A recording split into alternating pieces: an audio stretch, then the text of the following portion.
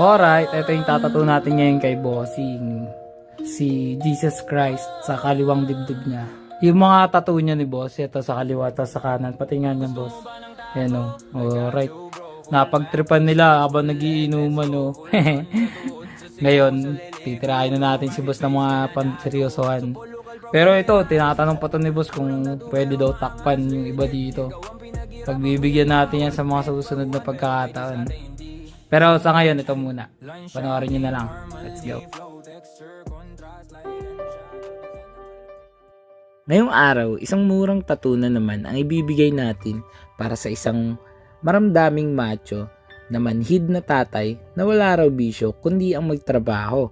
Pero ngayong araw pahinga daw muna para sa tattoo session namin. At bukas malamang absent daw ulit siya kasi time to heal yung sugat tomorrow. Maraming salamat boss sa tiwala at suporta na binibigay niya sa akin palagi.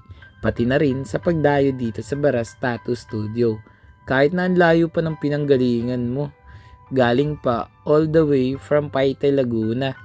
Kanina, sobrang excited nito nung kausap ko on the way siya. Kaya ako sobrang excited din. Pero yung hometown na ito ni boss talaga sa Mindanao. Kaya hindi talaga niya kabisado dito sa Manila. I forget kasi yung sinabi niya pero basta summer siya dun sa Kabisayaan. Basta yun na yun. Anyway, client requested a Jesus Christ portrait wearing thorn crown sa kanyang left kaliwang dibdib. Ito ang napili niyang design. Dahilan ni boss para daw palagi niyang kasama saan man siya magpunta. Simbolo na di siya nag-iisa sa lahat ng hamon ng kanyang buhay at meron siyang nag-iisang palagi na maaasahan, malapitan, panghuhugutan ng lakas, pagkukunan ng katatagan, panggagalingan ng kagalakan, pagmumulan ng pagmamahal, kapayapaan at walang hanggang pananampalataya na siyang magiging sandata sa lahat ng laban na parating. Baka sabihin nyo, ang dami ko sinabi. Alam nyo kasi si boss, once a year lang daw to umuwi sa kanila. And alam nyo naman, sobrang layo ng Mindanao sa Luzon. Ang mahal pa nun. Magbabar ko ka siguro mga 3,000. Sobrang swerte mo na nun. Pero dahil uwi siya ngayong Pasko, di mas mahal yung ticket niya. Paano ba yan? Kaya alam nyo, syempre, nalulungkot din tong si boss. And sa mga ganong panahon, kailangan niya yung masasandalan. Kaya nga, andito si Jesus, ipapatattoo niya para dun. And tinitis niya lang daw talaga yung ganong katagal na para makauwi or bago makauwi. Sa haba-haba ng trabaho na sakripisyo na ginagawa niya, di ba? Once a year lang makikita yung mga mahal niya sa buhay. Kaya kayo, kung kasama niyo yung mga mahal niyo sa buhay, sa kanya-kanya yung mga bahay-bahay, pahalagahan niyo sila, ipakita niyo sa kanila, palagi niyo sa kanilang sabihin kung gaano niyo sila kamahal, ka-importante. Don't take them for granted. Alright, kasi marami tayong mga kababayan na kailangan pang lumayo sa pamilya para lang may taguyod, diba? Para lang makapagsuporta. Kaya ng mga OFW natin, diba, na mga kababayan. So, ayun lang. Balik tayo dito kay Bossing. Sinundo ko pa nga siya dun sa mismong bayan ng Baras dahil sa may nakita siyang natagpuan na nasumpungan na aninag na sulyapan na sipat na isang sasakyan na FX dun sa may Cubao. May gulong pa nga yun na papunta on the way to Tanay daw. At unang first na pumunta that comes to his mind dadaan daw yun sa Baras. Actually, medyo technical kasi itong ipapaliwanag ko na susunod.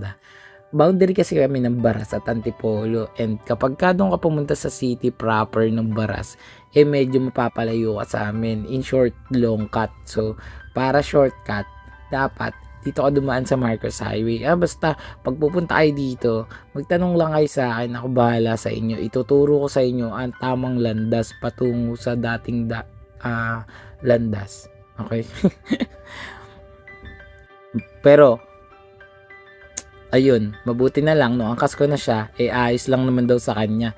Natuwa pa nga raw siya dahil nakagala at nakarating siya doon for the first time na unang beses. Eto yung sinasabi kong silver lining. Napansin ko sa kanya na sobrang bait at masayahin siyang tao. Naalala ko tuloy na hindi lahat ng masaya adik. Merong mga kagaya nito ni boss na sadyang likas na natural lang sa kanila yung pagiging masaya. Hindi to nakatakas si boss eh. Galing to sa trabaho eh. Pero yan, ganyan lang talaga, masaya lang. Bakit ba? Walang pakialaman. Naalala ko tuloy na hindi naman palagi kailangan matured tayo. Mayroon ding mga katangian ng mga bata na maaari nating i-adapt o isabuhay. Yung palaging pagngiti at pagiging masaya sa lahat ng bagay. Ayan ang pilit kong ina-apply araw-araw. Kung magpo-focus kasi tayo sa mga negative, malulungkot lang tayo. Panghinaan ng loob at sasakit ang ulo sa mga problema. Yung emotions natin, nakakahawa yan. Pag masaya tayo, marami rin tayong mapapasaya.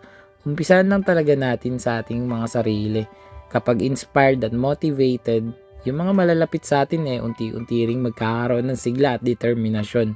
Kung marami kang pangarap, maging mga tamad matututo din mag-asam ng mga bagay-bagay basta palaging nagsasama sa'yo. Marami pang ibang katangian na nakakahawa. Pero ang pinakamahalaga, yung importante. Hindi, joke lang. Yung pagmamahal. Basta marunong ka magmahal, I'm sure marami rin ang magmamahal sa'yo. Loving person always attracts loving person as well. Siyempre, alam nga naman, ang ma-attract sa'yo, yung mga siraulo. Di ba? Ang hirap naman nun. Tsaka, basta gawin mo lang din sa iba yung mga gusto mong gawin nila sa'yo. Kasi, sabi nga, di ba, do unto others what you want is what you really, really want. Ay, sorry. Ano pa na, teka, napahaba na naman tong kwento ko at kung saan na naman napunta yung mga pinagsasabi ko. Para sa mga tropa natin dyan na gusto ng murang tattoo, alam nyo na yung gagawin nyo. Kontakin nyo na agad ako sa FB page More Than Vlogs. Text o tawagan ako sa cellphone number ko 0970-825-0395. Palagi ko na ito sinasabi, paulit-ulit na lang ako. Tapos yung iba dyan, ang tagal-tagal pa magpatattoo. Aba, ano pang hinihintay nyo? Bilisan nyo na, lalo na ngayon magdi-December. Oh my God, paunahan na lang sa schedule. Pero don't worry guys, basta mag-PM lang kayo sa akin, hahanapan ko kayo ng oras. Ganyan ako magbigay ng panahon para sa mga solid na mga suporta ng sukli ko sa mga bayad nyong inaabot na yun, basta.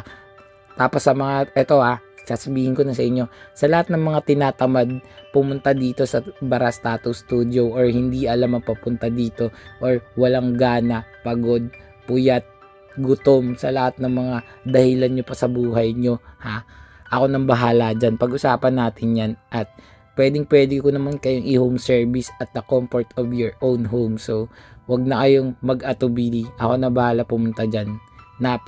Mura lang na ibibigay ko sa inyong home service fee at pupuntahan ko yan ora-orada, madaling-madali. Nanginginig pa. Alright. Kahit saan man kayo lupalop, Rizal, Manila, Laguna, Cavite, Batangas, Pampanga at mga lungsod pa, Antipolo. Yun, basta. Alright, diba napakanta pa.